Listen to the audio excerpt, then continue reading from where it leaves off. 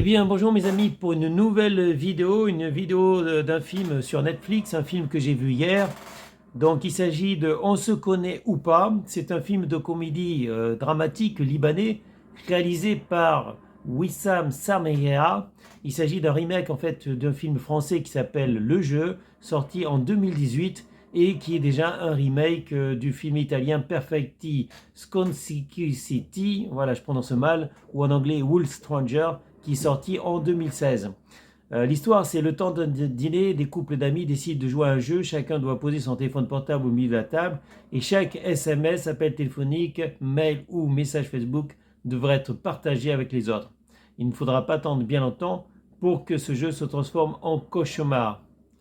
Donc comme je l'ai dit, j'avais déjà vu la version française, le jeu, et donc je connaissais l'intrigue, et ce n'était pas très intéressant pour moi de revoir un film, puisque la version libanaise est exactement la même chose que la version française, le film, le jeu, et je suppose que la version italienne, qui s'appelait Perfecti Sconski Suiti, je prononce mal, ou en anglais World Stranger. Donc de parfaits étrangers, en fait, alors que en fait, c'est des amis qui se connaissent depuis 20 ans. C'est des amis qui se connaissent depuis 20 ans, mais qui se cachent des secrets. Et au cours d'un jeu proposé par l'un des invités, enfin l'une des personnes, c'est-à-dire une femme en l'occurrence, il s'agit de poser les téléphones portables au milieu de la table et chacun devra mettre en haut-parleur les appels et montrer les SMS qu'il reçoit.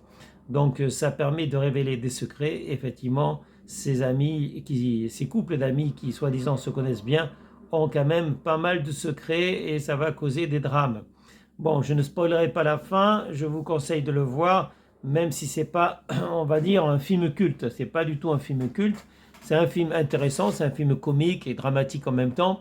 Je trouve que la version libanaise n'est pas forcément meilleure que la version française. Et je ne sais pas pourquoi, ils s'amusent à faire de nouvelles versions à chaque fois. Il y a eu la version italienne, la version française, la version libanaise, et peut-être qu'il y a eu d'autres versions également. Donc le principe de mettre en commun, enfin de mettre au milieu de la table les téléphones portables, c'est intéressant parce qu'on a toute notre vie. En fait, la plupart des gens mettent leur vie carrément dans leur téléphone portable. Il y a les photos, les SMS, etc. Et je pense que chacun de nous a des secrets plus ou moins dans son téléphone portable. Et c'est vrai, pas forcément une bonne chose en fait que d'autres personnes puissent consulter ce qu'on a sur notre téléphone portable. Voilà, donc faites attention mes amis, ne mettez pas trop de choses sur les téléphones portables. D'ailleurs, ça pose un problème parce que maintenant les vérifications des comptes bancaires se font sur les téléphones portables. Il suffit de se faire voler son téléphone portable pour qu'on n'ait plus accès à son compte bancaire. Et la double vérification, donc par exemple pour les messages aussi, la messagerie, quand on vous demande, on vous envoie un SMS ou on vous demande de valider par une application sur votre téléphone portable pour avoir accès à quelque chose et que votre téléphone portable, on vous l'a volé, ce qui est arrivé à quelqu'un hier, le problème c'est que on est dans la merde, elle est dans la merde parce qu'en en fait, elle ne peut plus rien voir, plus avoir accès à beaucoup de choses à cause du fait que son téléphone portable n'a plus. Après, elle peut demander une nouvelle carte SIM avec le même numéro de téléphone. Donc acheter un autre téléphone, installer la carte SIM sur notre téléphone, ça va prendre quand même 5 jours le temps de recevoir une nouvelle carte SIM. Et pendant 5 jours, il y a beaucoup de choses dont elle n'aura plus accès. Donc moi ce que je critique en fait, c'est le fait d'obliger les gens à une double vérification, par exemple pour avoir accès au compte bancaire, mais pas que ça, pour avoir accès à d'autres informations, je ne sais pas moi, euh, le compte PayPal par exemple, le compte PayPal, bon, c'est aussi un compte bancaire, vous me direz, euh, ou votre messagerie par exemple. Votre messagerie, non seulement vous avez le login, donc identifiant, plus le mot de passe, mais en plus, il vous oblige à vous identifier avec le téléphone. Il suffit de perdre son téléphone ou se faire voler pour qu'on soit dans la merde.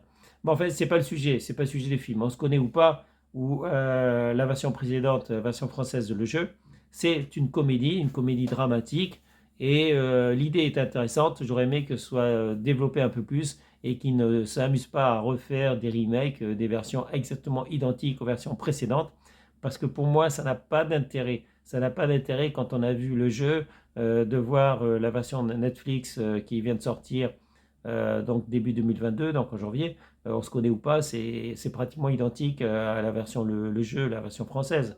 Donc Après, si ça fait un scandale, c'est à cause du fait qu'il y a quelqu'un qui révèle qu'il est homo.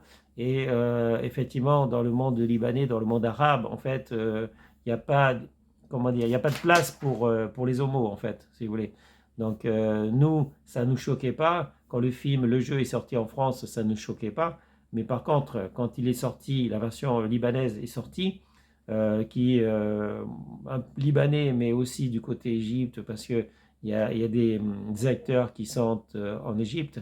Donc, tout le monde arabe, en fait, a été choqué par le film. Enfin, une grande partie du monde arabe a été choqué par le film, du fait qu'il y a des acteurs qui, déjà, on dévoile un peu trop sur le fait qu'ils trompent leur mari ou leur épouse, en fait. Déjà, ça peut choquer dans le monde arabe, parce que, voilà, il y a, comment dire, la plupart, c'est des musulmans, quoi. C'est des musulmans. Donc, en fait, ça peut être puni par la peine de mort. Il y a la lapidation des femmes qui existe dans le monde musulman, arabo-musulman.